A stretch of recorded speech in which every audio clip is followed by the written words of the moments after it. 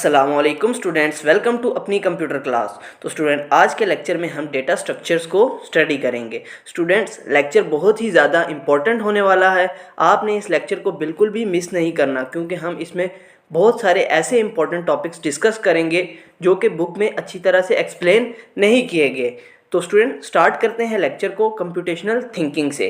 Computational thinking एक सोचने का ऐसा तरीका होता है ना, जिसमें हम किसी भी प्रॉब्लम को इस तरह से सॉल्व करते हैं जैसे कि कंप्यूटर करता है। जैसे हम किसी प्रॉब्लम को स्टेप्स में लॉजिक के साथ और डाटा का यूज़ करते हुए सॉल्व करते हैं, तो उसे हम बोलते हैं computational thinking. Students, computational thinking के कुछ हमारे पास इंपॉर्टेंट पिलर्स या प्रॉपर्टीज़ कह लें वो होती हैं, जिसमें सबसे पहले है हमारी डिकम्पोजिशन। डिकम्पोजिशन कहते हैं कि आपने एक बड़ी प्रॉब्लम को छोटे छोटे पार्ट्स में, छोटे छोटे कंपोनेंट्स में ब्रेक डाउन करना है और उसको फिर सॉल्व करना है, ताकि आपको उन कंपोनेंट्स को मैनेज करना बहुत आसान हो जाए। अगर हम इसको एग्जांपल से समझें कि आप ना एक वेब का इंटरफेस बना रहे हो, ठीक है, आप एक वेबसाइट के लिए कोई यूज़र इंटरफेस बना रहे हो, तो आपने उस प्रॉब्लम को छोटे छोटे कंपोनेंट्स में डिवाइड करना है। जैसे आपका लॉगिन कैसा होगा, आपने जो नेविगेशंस बनानी है वो कैसी होगी, आपकी कलर स्कीम वगैरह कैसी होगी। तो इस तरह से छोटे छोटे मैनेजेबल कंपोनेंट्स में डिवाइड करके आप उसको सॉल्व कर सकते हो। नेक्स्ट है स्टूडेंट हमारा पैटर्न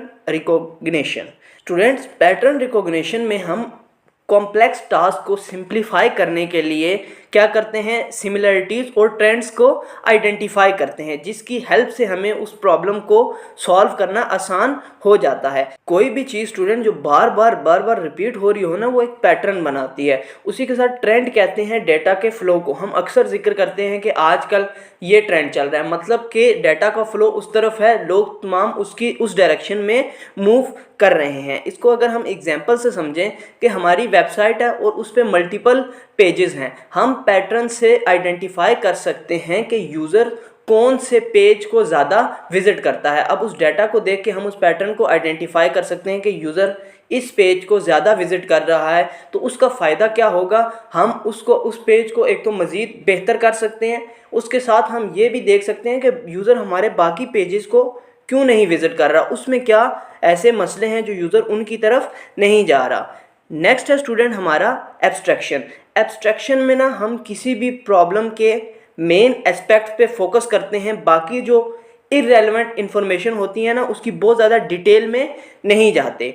अगर हम इसके एग्जांपल से समझें, जैसे हमने बात की थी कि हमने एक यूज़र इंटरफेस डिज़ाइन करना है, तो यूज़र इंटरफेस डिज़ाइन करते हुए हमारा मेन फोकस ये होगा कि हमारी कलर स्कीम क्या है, हमारा इंटरफेस कैसे यूज़र फ्रेंडली होना चाहिए, कैसे अट्रैक्टिव होना चाहिए, ना कि हम उसकी कोडिंग डिटेल्स में जाएं कि इस लाइन में हमारा ये कोड होगा, ये काम ऐसे होगा। नेक्स्ट है स्टूडेंट हमारा एल्गोरिथम डिज़ाइन। एल्गोरिथम डिज़ाइन कहते हैं किसी भी प्रॉब्लम को clear step by step instruction के साथ सॉल्व करना।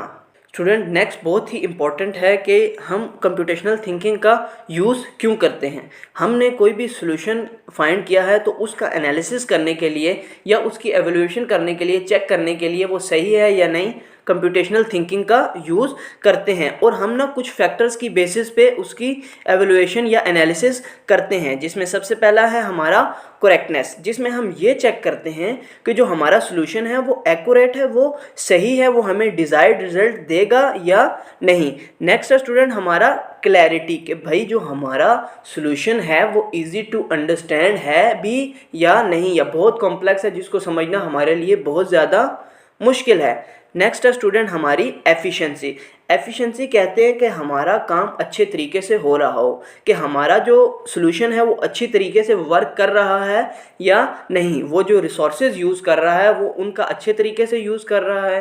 रिसोर्सेज यहाँ पे हम समझ सकते हैं कि जो वो मेमोरी और टाइम का यूटिलाइजेशन कर रहा है वो उनको अच्छे तरीके से कर रहा है या नहीं।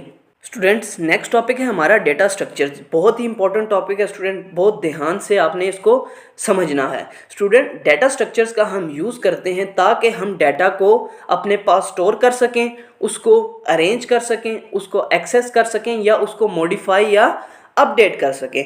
इसी के साथ डेटा स्ट्रक्चर्स की मदद से हम ना कुछ ऑपरेशंस परफॉर्म करते हैं डेटा पे, जैसे सर्चिंग, सॉर्टिंग, इंसर्टिंग और डिलीटिंग। स्टूडेंट्स यहाँ पे एक बहुत ही इंपॉर्टेंट एसएलओ बेस्ड क्वेश्चन बनता है कि डीएसए की कंप्यूटेशनल थिंकिंग में क्या इंपॉर्टेंस है।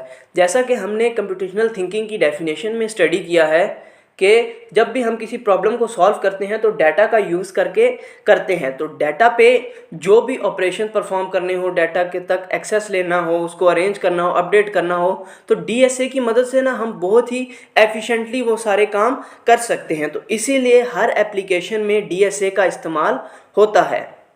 स्टूडेंट, डाटा स्ट्रक्चर जो होते हैं वो हमारे पास नॉन लीनियर भी होते हैं और लीनियर भी होते हैं। लीनियर में आते हैं हमारे पास एरेज, लिंक लिस्ट, स्टैक और क्यू वगैरह, और नॉन लीनियर में आते हैं हमारे ट्री, ग्राफ और ट्राइस वगैरह।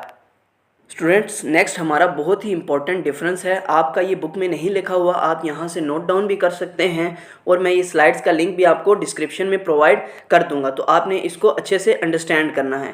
स्टूडेंट, डिफरेंस है हमारा लीनियर डाटा स्ट्रक्चर और नॉन लीनियर डाटा स्ट्रक्चर में, और कुछ फीचर्स के अकॉर्डिंग हम इनके डिफरेंस को अंडरस्टैंड करेंगे। सबसे पहला है अरेंजमेंट, के लीनियर डाटा स्ट्रक्चर में जो हमारा अरेंजमेंट होता है ना डाटा का, वो एक सीक्वेंस में होता है, यानी एक के बाद एक।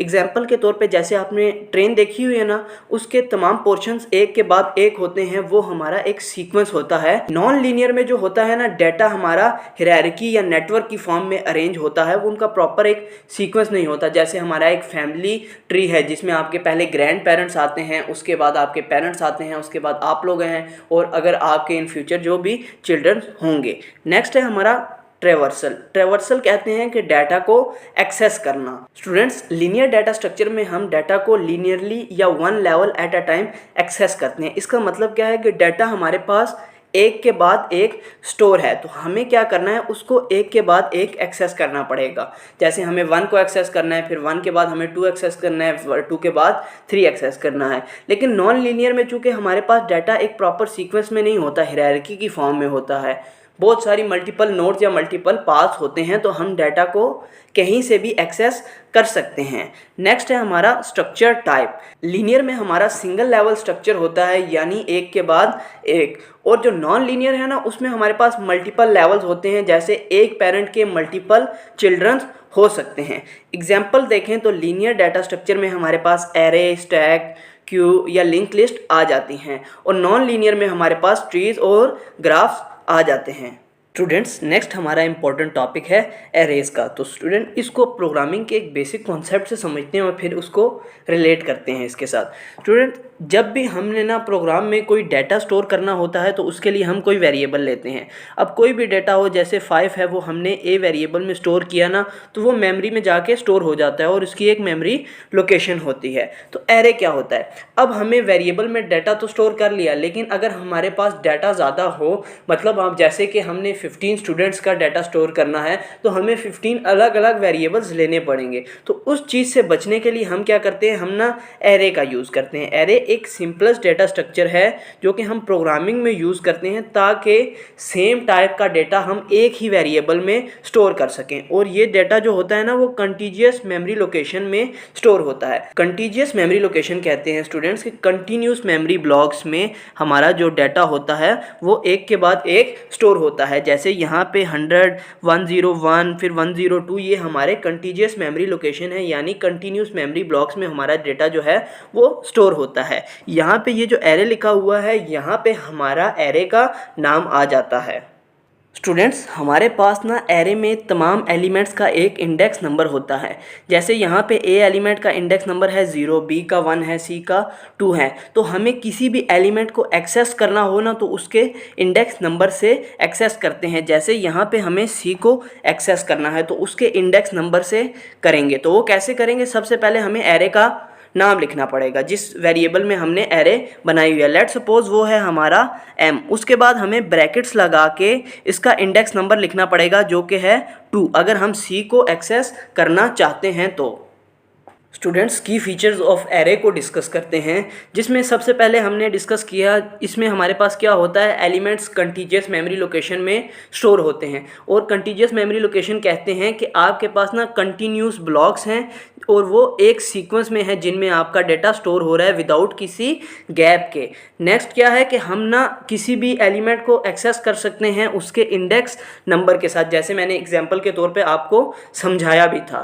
स्टूडेंट हमने स्टडी किया है कि एरे के जितने एलिमेंट्स होते हैं ना वो सेम डाटा टाइप के होते हैं, तो उनका साइज भी जो होता है ना वो भी सेम होता है। स्टूडेंट्स एरे बहुत ही ज़्यादा एफिशिएंट होती है क्योंकि इसमें कोई भी मेटा डाटा नहीं होता।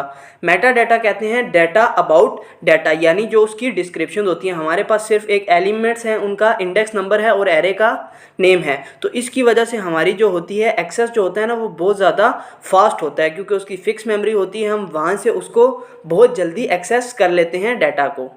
इसी तरह स्टूडेंट्स हमारे पास एरे की कुछ लिमिटेशंस होती हैं जिसमें आता है फिक्स्ड साइज़, यानी जब भी आप कोई एरे का डिक्लेयर कर रहे हो ना तो आपको उसका साइज़ जो है ना वो बताना पड़ेगा और आप उसके साइज़ को फिर चेंज नहीं कर सकते, जिसकी वजह से जो रीसाइजिंग है ना वो बहुत कॉस्टली हो जाती है। अगर आपने एरे बनाई है जिसका साइज़ 5 है तो मतलब आप उसके अंदर 5 एलिमेंट स्टोर कर सकते हो, और अगर आपके पास आपने और 7 एलिमेंट स्टोर करने हैं तो आपको न्यू एरे बनानी पड़ेगी, और न्यू एरे बनाने के बाद आपको क्या करना पड़ेगा, अपने तमाम ओल्ड एलिमेंट्स उसमें कॉपी करने पड़ेंगे, और ये प्रोसेस बहुत ही स्लो और कॉस्टली होता है।